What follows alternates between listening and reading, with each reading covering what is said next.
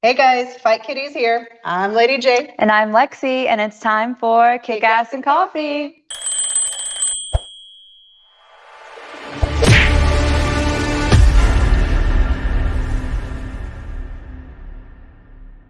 We've got some exciting news.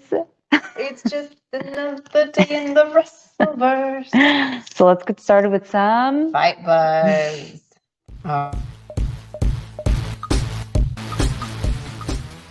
This week's Kurt Angle's show covered so many things regarding the wrestling world, surprisingly. I didn't know you watched the Kurt Angle show. I'm an informed girl. What can I say?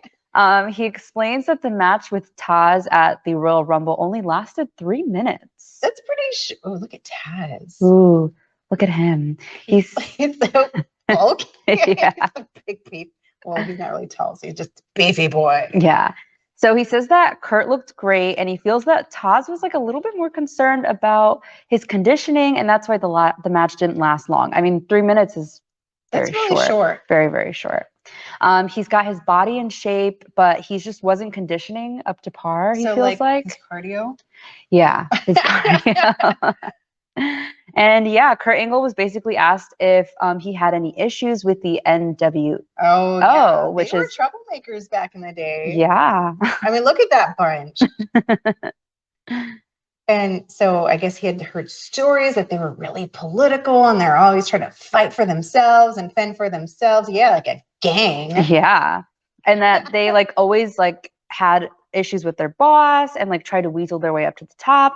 But he says that he feels like he heard those stories, just never experienced things like that. So, well, I've never met any mobsters, but I heard they're real. He even says that the first night that they were there, that Vince messed up big time. What? Vince messes up? No way. And they had to do pre-tapes until 3 a.m. That's insane. Yeah, Vince was kept until after the show, and then he pushed the pre-tapes back until the show was over and made them redo it over and over and over again. That sucks. And he assumes that he was making them pay for leaving WWE way back in the 90s. So, hey back. Dang. It'll bite you in the butt. Oh yeah, and now on for a morning chat.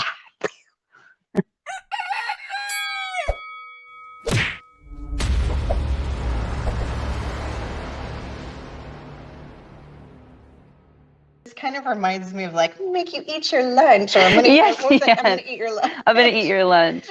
So we got Braun Strowman, who fires back at critics, aka trolls online, and he says that his new favorite thing is to make trolls cry. And he doesn't have to deal with any of the negative fans on the social media, but he does enjoy firing back. I could totally see this.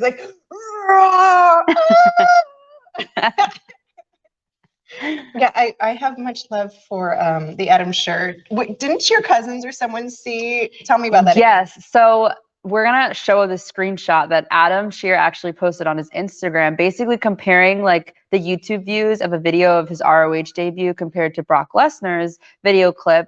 And you could see that our video, Take It to the Rings video, is the first one up there. Look at us, guys. Take it to, it's in gray. It's see that? 3.3 million views.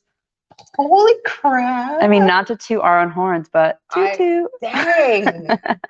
So yeah, my cousin sent that to me, and my sister's boyfriend, they were like, oh my goodness, look at this. You're doing. So I was like, yeah, that's me. No biggie. Anyways, moving on. He actually posted our video twice. That was the first time. We're going to have to go harass him at the tacos and margaritas festival. Be like,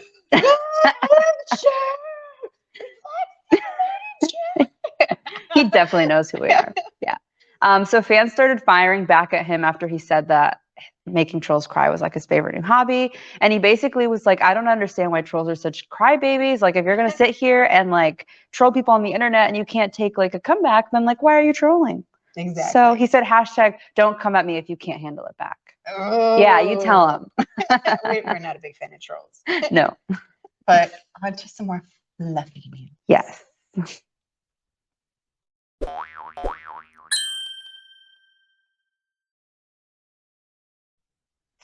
So we've got this video. I know. I was like, Lexi, did you see what happened at the end of Dynamite? Can you imagine if you're like trying to go home and then all of a sudden like freaking Darby Allin and Sting come jumping at your door? That video was so wild. So we found it on Twitter, actually. I think we're going to insert it here. Yeah. All right, we're going to surprise me. So Darby Allin, and he could tell he's up to no good. Look. Look at his face. He's like, oh my God. And he's like, check it out. Look at the license plate. It says AEW. Or can you imagine you're sitting in like traffic and you look in your rearview and you're like, dude. Like people are coming behind me. They still have like your face mask on. Yeah. Like, what? Who? So those weirdos behind? Oh. I thought that they would get ready. They would like leave with makeup off and stuff like that. But I guess not. They still have all their face paint on. Everything. And their gear. That must take a while to like take all that makeup off, because I used to do. They don't have those makeup wipes like. Yes, I should send them some. I have makeup You're wipes. Like, I have really good ones. I used to do color guard, side note, and I had to paint my entire face gray for like one of the shows, and like my body and arms, and it would take like an hour to get it off. It was terrible. I would think Darby Allin was exactly what you're going. Yeah, so I'll give him some advice if he'd like.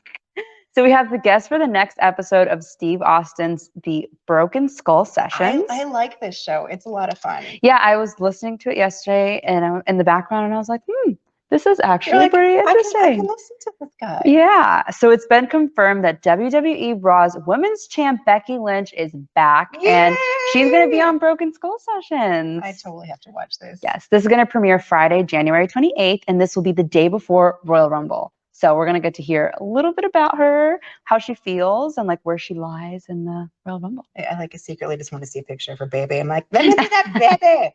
How old is her baby now? Like, as old as mine. Really? Yeah. Oh. It's like we all had babies at the same time. All right, moving on. So Scotty 2 Hotty appeared this week on Talk is Jericho. Yep, to talk about plans that WWE had for Too Cool. So he starts off by saying that he hadn't worked in months and he was really ready to just get released any day at this point. And they needed him for WrestleMania on like a Sunday, and they called him on like a Wednesday, and there was a show on Friday that he needed to be at. So he was just thrown into the tag team battle royale. I think that's what the name was. It's like, yeah. And like he's been doing nothing and like, come on in. Yeah. So he's just like thrown in with everybody. I think he was thrown in with Brian Christopher. And I mean, it's a great opportunity for him. Like he said, he hadn't had work for a while. Oh my goodness. What is this? Look at that freaking chain.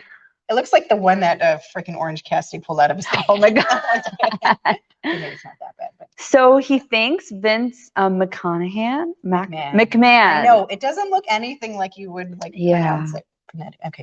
It does not. So he thanks him for putting him in at the WrestleMania, and he says that he actually used to be called Scott Too Hot Taylor. On the Indies, right? On the Indies, yes. And next week he was the following week after the WrestleMania, he was Scott Too Hot Taylor, and together with Too Sexy Brian Christopher, they made Too Cool. Dang. And he basically was like saying that they wanted to do like a wedding where the guys like marry each other on Monday Night Raw and having all the other guys clapping outside in tuxedos. I'm like, what? Hey, look, bucket hat. Yeah. It's totally back. Super trendy. Okay, so AEW last night, there was this super loud troll. Dude, yes. Where was Adam Scherr? Oh, well, Jon Moxley can handle his trolls too. Yes, because he was just like, go after yourself. Yeah, and then he just like, it was so funny because I'm actually gonna have this review with Billy, but he like then goes on to have this super like motivational like moving speech after he just yelled at this guy. So I was like, oh, that's different. How do you deal with your problems? You tell them to shut the Yes. And guess who's back? Oh, I know. This is like a guilty pleasure of mine. The Bellas are back on TV. Yes, Bree is on the Real Dirty Dancing, right? Yeah, it's like of course it's a reality TV show. What else would they be on? Yeah. But so like all these celebrities are competing to be like the new Baby and Johnny. So Bree's gonna be like, doing some like crazy flying, can we lift her up? Can we get the lift? I'm sure we'll see her like fall in the lake and all that good. I will definitely stay tuned for that. That's exciting. And then her sister, Nikki, is going to be a judge on America's Got Talent Extreme. Yes. I love America's Got Talent. And Simon Cowell, he always makes me like that. So next up, we've got Keeping It Strong Style.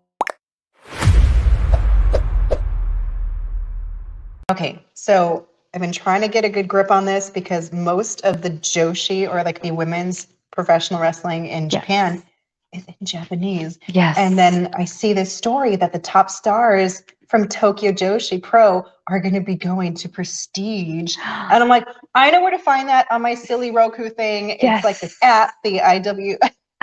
And yes, I mean, we get like, there's some AEW girls. Yeah, and we never get commentary that's in English. That's like a really big deal. Last time I tried watching with Lady J, and I was like, what's going on here? Or like their costumes are amazing. Yeah, I was just like commenting on everything, but I don't know what's going on. I don't understand any commentary, but now we've got some English commentary. Well, it's cool because I'm like, oh, I recognize these girls. Like just looking at the Tokyo Joshi, I'm like, oh, there's Riho. There's the amazing flying girl. There, I don't think that's her name. I've seen her for a while. She's really cute though. And then like I think Hikaru Shida is from there. So I'm like, oh my goodness. So yeah, the US shows, they're gonna be from the West Coast and they're rising. So if anyone out in like the West Coast or Oregon, but I mean there's also, thank God for the internet. Yes, thank God for the internet. I mean, the Prestige Wrestling features a lot of wrestlers that you recognize, that we both recognize. Like you said, Chelsea Green, Malachi Black, Valkyrie, Danhausen, like, oh my goodness. And if you're feeling in the spirit in the LA area, if it's going to overcome you. Yes, if you've got it in your blood, then you too can train at the LA Dojo with Rocky Romero. On February 21st for only $100. Look at that. We should totally sign up. We should. We're like, I know nothing about wrestling other than talking about it. I think everybody would laugh at us, but that would be a fun trip. That would make a fun reality TV I'm going to tell my mom, book the flight tomorrow. I'm gonna take a bump. What the heck does that mean? Are you doing drugs? No. Oh my goodness. And I think that's all we have for you guys today.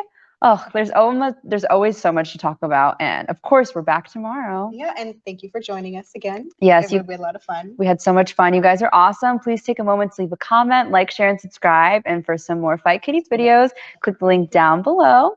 Until next time, I'm Lexi. And I'm Lady J. Bye.